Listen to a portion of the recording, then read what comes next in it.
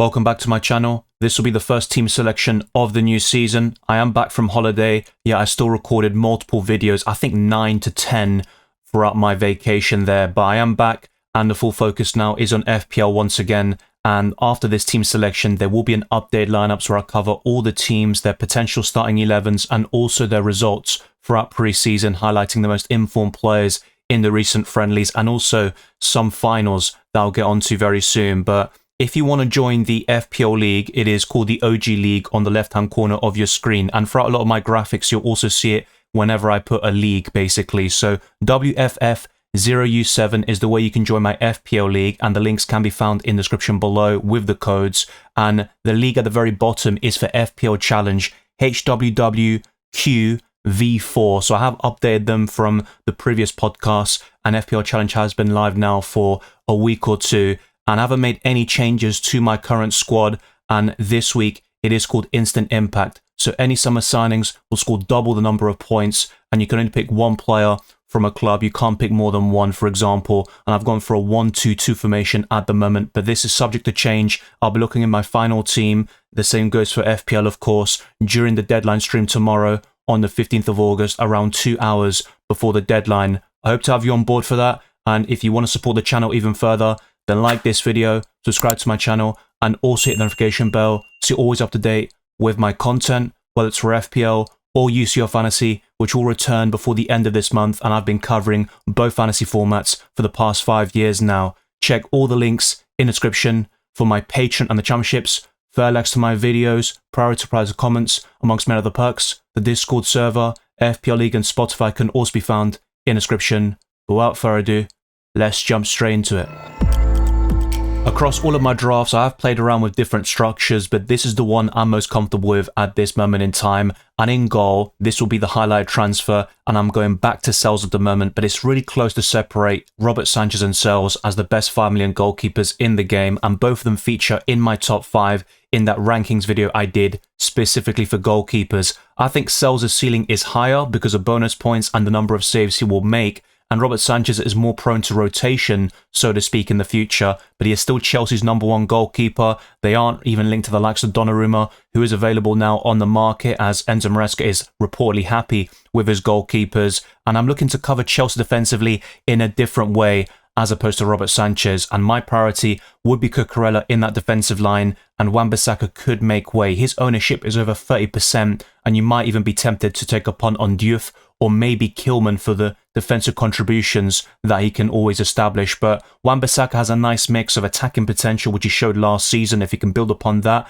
that would be very interesting, and also defensive contributions. And West Ham have a really good opening fixture on paper against Sunderland. Then you could say it's kind of mixed bag in the short to medium term, but I think West Ham, the longer you kind of look at it, up until Gameweek 12 and beyond, they are right up there in the fixture difficulty rating, but Chelsea are top over the first 6 game weeks, and I think it's highly recommended to have 2 or 3 of their players if you can, but it isn't absolutely essential. You're not going to do badly without these Chelsea players, but Cucurella is one of the very best in this defensive line, and even though the Arsenal defenders would probably be very competitive with him, the fixtures is probably the deciding factor, and with defensive contributions this season, sometimes a difficult fixture can still yield results in terms of those defensive contributions and getting 2 additional points because of those actions. But those are the highlight transfers defensively, and in the midfield, I'm looking to go back to Florian Wirtz and selling Eze in the process. Crystal Palace beat Liverpool on penalties in the Community Shield final, and Florian Wirtz got an assist in that game, but didn't play particularly well, I would say.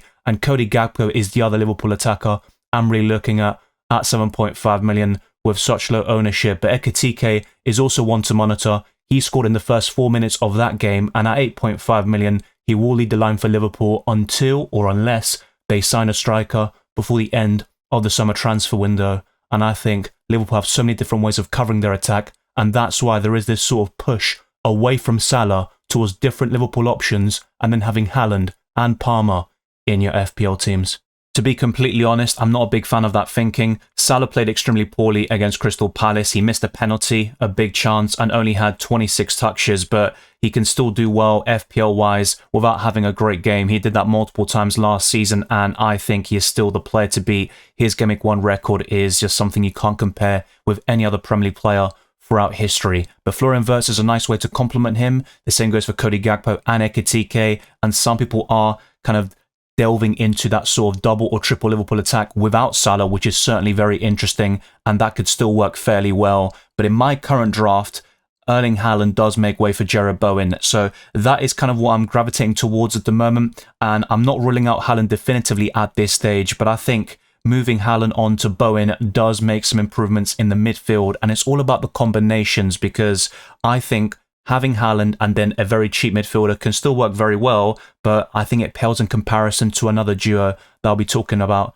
very soon. But Jarrod Bowen does make his way back into my team. It has been a while since I've entertained this, but I think Bowen is still one of the best forwards in FPL. The reclassification wasn't ideal. He'd be even better as a midfielder, but he's the best West Ham asset by far, and he's a great captaincy option in Game Week 1, especially for those going without Salah. So with all of this in mind, this is my team selection for Game Week 1. It is subject to change, and check out the deadline stream tomorrow for the final squad. Matt Sells is in goal, facing Brentford at home, and that could be a 0-0 to be fair. My prediction is currently 1-1, and you can see all of my predictions in the deadline stream and also in the predicted lineups video, and soon the update lineups podcast as well. But I think Matt Sells is right up there in the podium of the best goalkeepers in Fantasy Premier League. The only thing you can say against this is that Forest have so many ways of covering their defence, with Nico Williams, who offers great value at 5 million. Aina is still a decent choice, but I think he might be the worst of them all. Then you've got Murillo, who is a defensive contribution machine, and Milenkovic offers even more attacking potential, especially through their set pieces. But Matt Sells is going to be right up there with Pickford and Raya as the best goalkeepers in Fantasy Premier League, and you might even argue Robert Sanchez is really close to those three goalkeepers. With these defenders though, I've got Frimpong, Cucurella and Tarkowski at the moment, but Everton will be without Gerard Branthwaite for the next month. That is a massive blow, and Tarkowski is mainly here for the defensive contribution, so I'm quite open to changing this one, but Cucurella or having Robert Sanchez is something I'm very keen on to fully take advantage of Chelsea's opening fixtures. And as for Frimpong, he scored in the Community Shield final, got a few assists throughout pre-season, and I do back Liverpool to keep some clean sheets in the first 4 game weeks, especially against Burnley away in Game Week 4 and in their opener against Bournemouth. I think those are the two most likely. Newcastle away and Arsenal at home are quite tough in the interim, but Liverpool still boast a lot of attacking potential, and Frimpong is the very best defender when it comes to goals and assists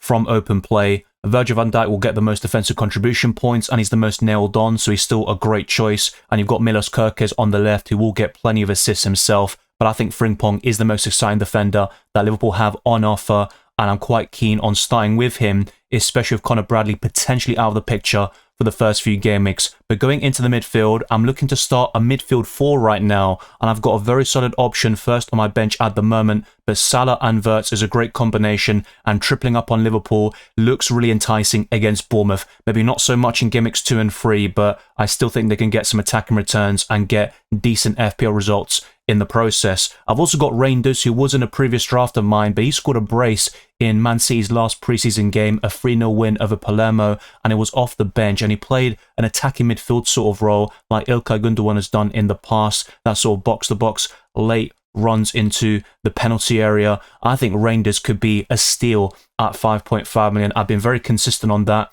going back from the budget players video and podcast I made a few weeks ago. So I think Reinders looks really exciting, and Ndiaye is on penalties, but at 6.5 million, he's not the biggest differential you'll ever see. And you've also got Kudus, Matoma, and plenty of options where that came from. And even at cheaper price points, there are some really exciting options or intriguing players to really look at. But Ndiaye is still one of my favourites at this price point and below, facing Leeds away in Game Week 1. Everton have been slow starters in recent campaigns, but that was under Sean Dyche. This could be different under David Moyes, and they have made some very promising signings in the summer transfer window. None other than Jack Grealish can combine very well with Ndiaye. You've also got Dewsbury Hall in there, and the likes of Alcaraz and McNeil offer decent depth in the winger positions and in attacking midfield. But Ndiaye will still be a consistent starter, and he will be on those penalties for the Toffees, and he remains my favourite option from that club. But last but not least is that forward line, and I'm very happy to have Bowen, Watkins and Joao Pedro.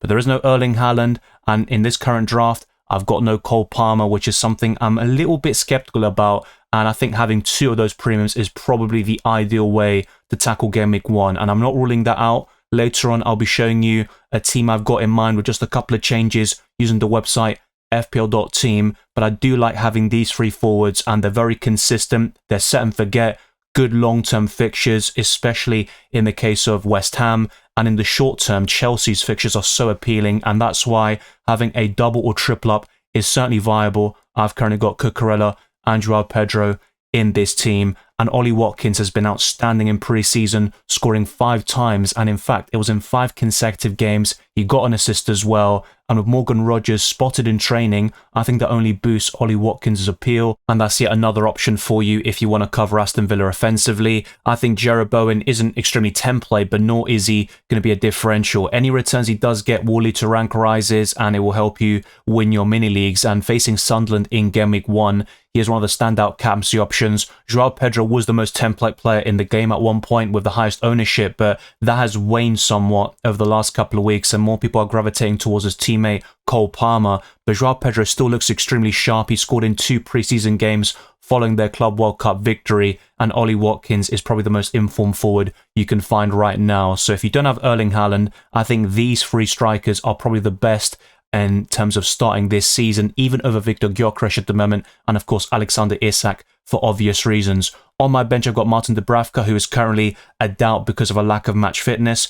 Anderson is first on my bench, and he is an absolute machine when it comes to defensive contributions, and from gimmick 21 until the end of the season, he was really consistent when it came to that, getting those 2 additional points in virtually every single game there. And I've also got the likes of Renilo Mandava, a 4 million defender who will only be there as a backup option, and Konsa for Aston Villa's long-term fixtures, but I'm quite open to changing that 4.5 million defender spot to Van der Ven, for example, and there are other options like Wan-Bissaka, who I just got rid of, and I'm still prioritizing this structure here with 2 5.5 million midfielders in Reinders and Anderson, who for me offer great value, and then having more expensive defenders, and that would definitely be quite contentious. I think a lot of people would argue maybe downgrading one of them like Tarkowski and then upgrading the midfield should be a priority. And like I said, there are many different ways of tackling FPL this season. The pricing has been generally very promising, and I think it does promote this sort of difference in terms of straying away from the template and having different ideas.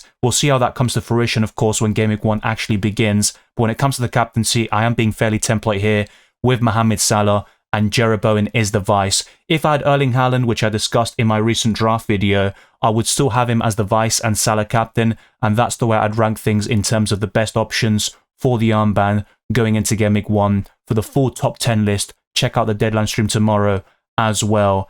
In terms of the prices, I'll go through them very quickly since we're well acquainted with them by now. Dubravka only costs 4 million and Sells cost 5, so I'm spending 9 million on my goalkeepers. Frimpong and Cucurella cost 6 million, and Tarkowski is 5.5, so maybe I'm investing too much money in this defensive line, and you can find great value with Nico Williams, for example, at 5 million at the moment, but Everton are maybe worth avoiding in some cases defensively because Mikalenko is a doubt, and you've also got Branthwaite injured for the next month. Salah and Wirtz, of course, are very good prices still, in my opinion. I know some people have complained about Salah's price at 14.5 million, and Wirtz for me is underpriced at 8.5. Reinders and Anderson are 5.5 million, and Ndai is 6.5. Bowen is 8 million, Joao Pedro is 7.5, and Ollie Watkins comes in at 9. Renildo is only 4, and I've also got Konsa, who comes in at 4.5. But what about the expected points? These are all taken by the website Fantasy Football Hub,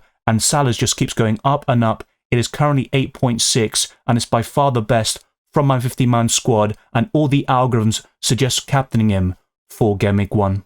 The other players have decent numbers, like Matt Sells at 3.8, but Robert Sanchez is narrowly ahead at 4.0. Frimpong has 4.6, but Virgil van Dijk is the preference at 4.9, and it sometimes creeps up to 5 and above. Cucurella is at 5 as well, and Tarkowski has 4.2 expected points. Florian Wirtz has gone up significantly to 6.1. It was much lower at the start of pre-season. Reinders has 4.3, and Ndai offers 5.2 expected points, but it's all about the actual points, of course. This is just a guide, and it gives you a nice idea of the best assets and the quality of the fixtures on offer. Jarrod Bowen has 5.2, Watkins has 6.1, and Joao Pedro has 5.2, and Anderson on my bench has 4.1. I could see that being a little bit frustrating to bench. Reinildo Mandava has 3.4, and Konsa stays the same at 3.1. Dubravka has gone down a little bit because of this yellow flag, from 3.1 to 2.7, but ultimately I was never going to start him.